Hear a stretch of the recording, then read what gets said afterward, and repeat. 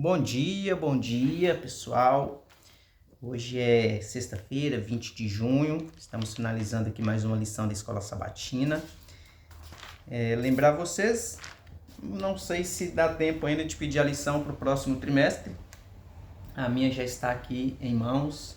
O livro de Êxodo vai ser aqui a próxima lição, né, que a gente vai estudar. Ainda falta uma lição, a da semana que vem, que começa amanhã. E o título da lição, que vai começar amanhã, sábado à tardezinha a gente começa ela, é Imagens do Fim, né? A lição dessa semana teve como título Precursores dos Eventos Finais. E a gente vai estar finalizando agora, fazendo um breve resumo do que a gente estudou aqui durante a semana, né? E finalizar também aqui com um estudo adicional, que é um pequeno texto que tem no finzinho aqui para a gente ler nas sextas-feiras. Bom, o verso para memorizar, 2 Timóteo, que a gente leu no dia de sábado, 2 Timóteo capítulo 1, verso 7, diz assim: porque Deus não nos deu espírito de covardia, mas de poder, de amor e de moderação. E por falar em espírito de covardia, que Deus não nos deu espírito de covardia, essa lição veio trazendo muito a adoração, a fidelidade do povo de Deus a Ele, né, em todos os períodos, desde lá da Babilônia, passando também pelos apóstolos, e também do tempo do fim.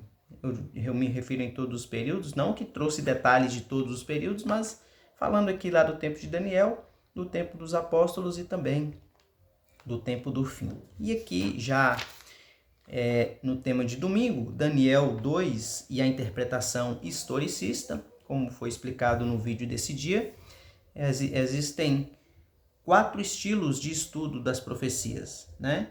O primeiro é o preterista, que crê que os textos referentes às profecias se cumpriram todos no passado. Os futuristas, que creem que essas profecias não se referem para o nosso tempo, mas para um tempo ainda bem distante, para o futuro. Os idealistas, que acham que não é tão importante assim a questão da interpretação literária ou de um significado próprio ali da profecia, mas que traz uma ideia. Você pode tirar lições de todo o texto bíblico, né? E tem os historicistas, que é como a gente crê. Os historicistas creem que a profecia ela é melhor interpretada no decorrer da história. Ou seja, a gente pode ficar fazendo especulação, o que isso aqui quer dizer, qual vai ser o cumprimento disso aqui, como é que vai ser e tal. Só que depois que a profecia acontece e coincide não, né? E bate com...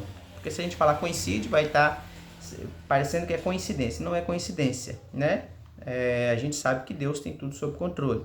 Mas quando a história acontece e a gente percebe que a história é igual ao que está escrito na profecia, aí você entende que, de fato, essa é a linha de interpretação. Então, você vê Daniel, no capítulo 2, ele interpreta o sonho do rei Nabucodonosor, que era da estátua com vários metais, e ele dizia da sucessão dos reinos que viriam, né?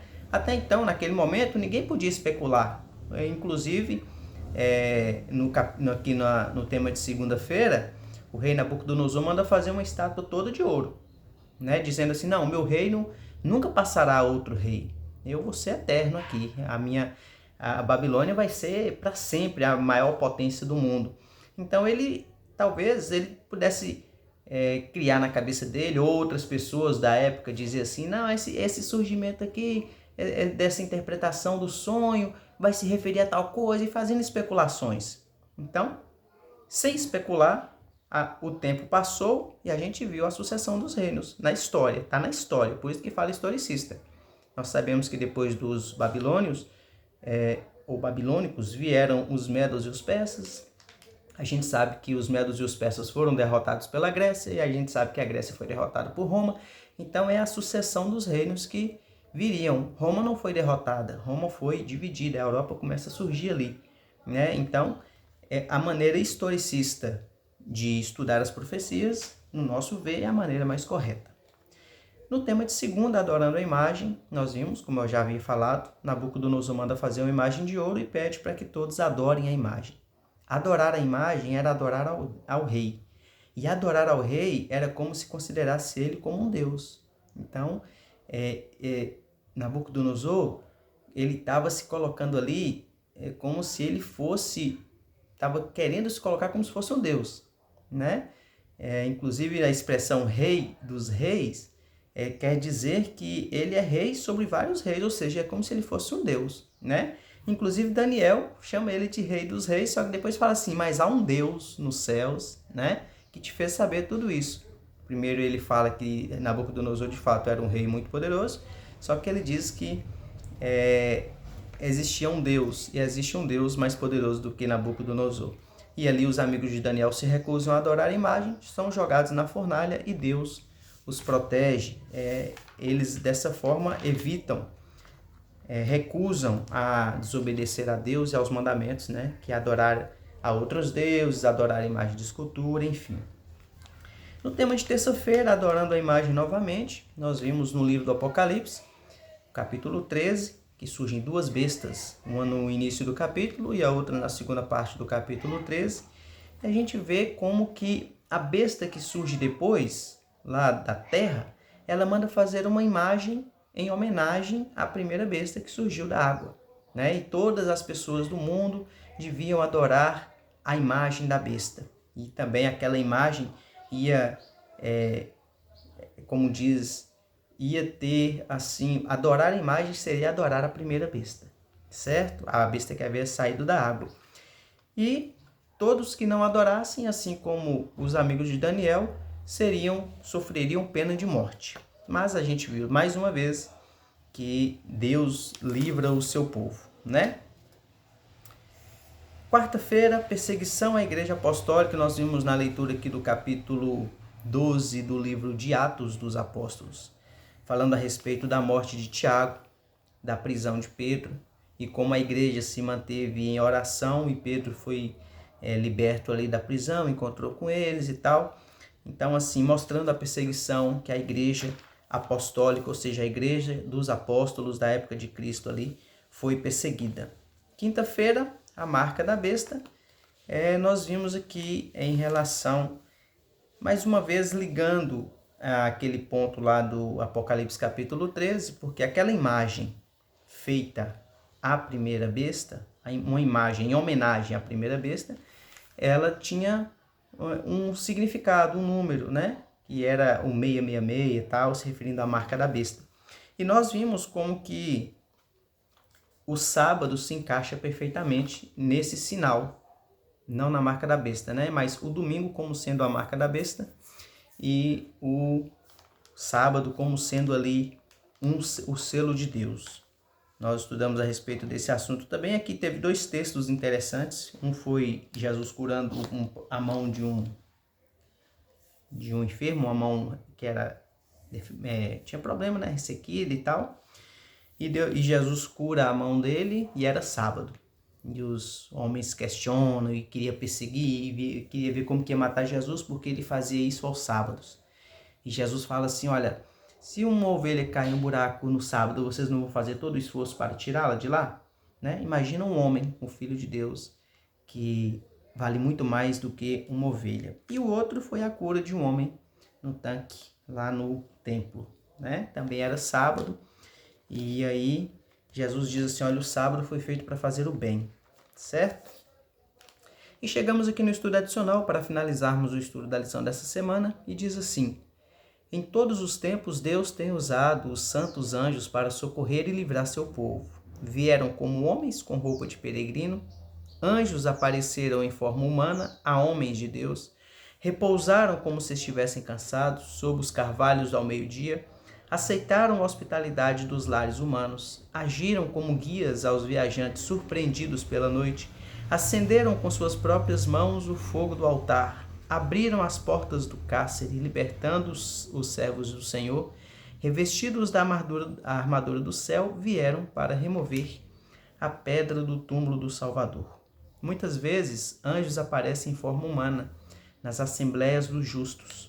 Eles visitam também as reuniões dos ímpios, assim como foram a Sodoma, para fazer um relatório de suas ações e verificar se passaram dos limites da paciência de Deus.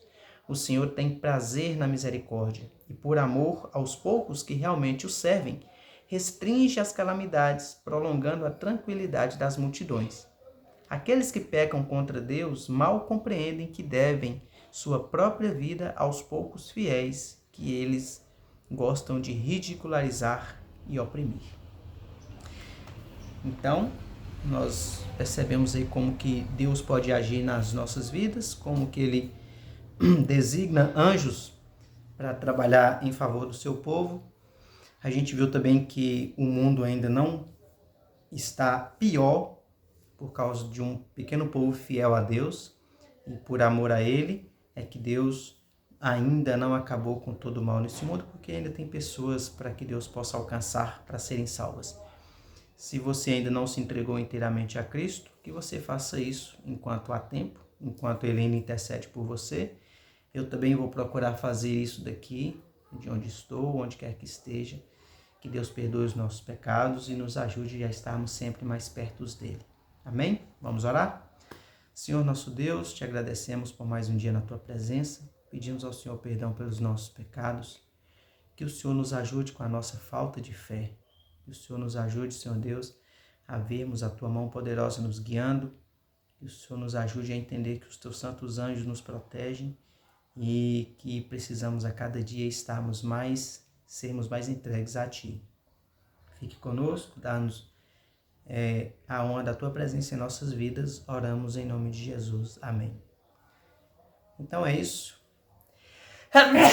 Dessa vez não deu tempo da pausa, não. Então é isso. Fique com Deus. Amanhã de manhãzinha, vá a uma igreja, compartilhar com os irmãos o que você aprendeu durante o estudo dessa semana e também receber o que eles aprenderam, o que Deus também passou para eles, para que você cresça mais e mais espiritualmente e desenvolver também a sua fé e estar mais familiarizado com o estudo da palavra, com o aprendizado e desenvolvendo também um interesse cada vez mais e mais de aprender do nosso Deus e da sua palavra. Fique com Deus e até a noitinha quando voltarmos com a leitura da palavra de Deus. Até mais.